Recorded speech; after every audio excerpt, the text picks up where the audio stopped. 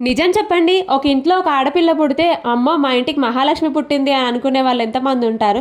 అయ్యో! ఆడపిల్ల పుట్టిందే అని బాధపడే వాళ్ళు ఎంతమంది ఉంటారు? సెకండ్ కేటగిరీ వాళ్ళే ఎక్కువ ఉంటారు కదా! ఆడపిల్ల పుట్టిందంటే చాలు, అయ్యో! ఆడపిల్ల పుట్టిందా? అయ్యో! ఆడపిల్ల పుట్టిందా అని అంటారే గాని, అర్రే! మీ ఇంటికి మంచి మహాలక్ష్మి పుట్టిందయ్యా అని అనేవాళ్ళు ఒక్కరూ ఉండరు కదా! ఎవరికి మాత్రం ఉండదు చెప్పండి? ఇంట్లో ఒక కూతురు ఉండాలి, ఒక కొడుకు ఉండాలి అని. కానీ దేవుడు అందరికి అలా ఇవ్వడు కదా! మేము ముగ్గురం ఆడపిల్లలం. ముగ్గురు ఆడపిల్లలు అంటే, అమ్మో! ముగ్గురు ఆడపిల్లల అయ్యో! ఒక కొడుకు కూడా లేడా మీకు అని అడిగే వాళ్ళే చాలా మంది ఉంటారు మా అమ్మ నాన్నల్ని. చెప్పుడు మాటలు విన్నాడో, లేకపోతే కొడుకు లేకపోతే జీవితానికి అర్థమే లేదనుకున్నాడో తెలియదు కానీ మా నాన్న అయితే మెల్లమెల్లగా మొత్తం తాగుడికైతే బానిస అయిపోయింది. అసలు ఏదైనా లిమిట్ లో ఉంటేనే బాగుంటుంది కదా, లిమిట్ దాటే మన లైఫే స్పాయిల్ అయిపోతుంది. మా విషయంలో కూడా అదే జరిగింది. ఇంకా మా నాన్న తాగుడు అయితే లిమిట్ లేకుండా దాటిపోయింది. ఆ తాగుడు అలవాటు వల్ల చాలా కష్టాలు పడ్డాము. కొన్నిసార్లు అయితే అసలు ఒక పూట తిని ఇంకో పూట తినకుండా పస్తులున్న రోజులు కూడా ఉన్నాయి. మరికొన్ని సార్లు అయితే అసలు రోజుకు 2 పూటలు అసలు తినే వాళ్ళమే కాదు. ఆడుతూ పాడుతూ గడపాల్సిన బాల్యాన్ని కూడా కష్టాలు కన్నీళ్లతో మోయాల్సి వచ్చింది. కనీసం ఈ కష్టాలకైనా ఒక లిమిట్ అనేది ఉంటే బాగుండు అని చాలా సార్లు అనిపించేది. కంటిన్యూషన్ నెక్స్ట్ వీడియోస్ లో చెప్తాను. ఇలా మీరు ఛానల్ ని సబ్స్క్రైబ్ చేసుకోండి.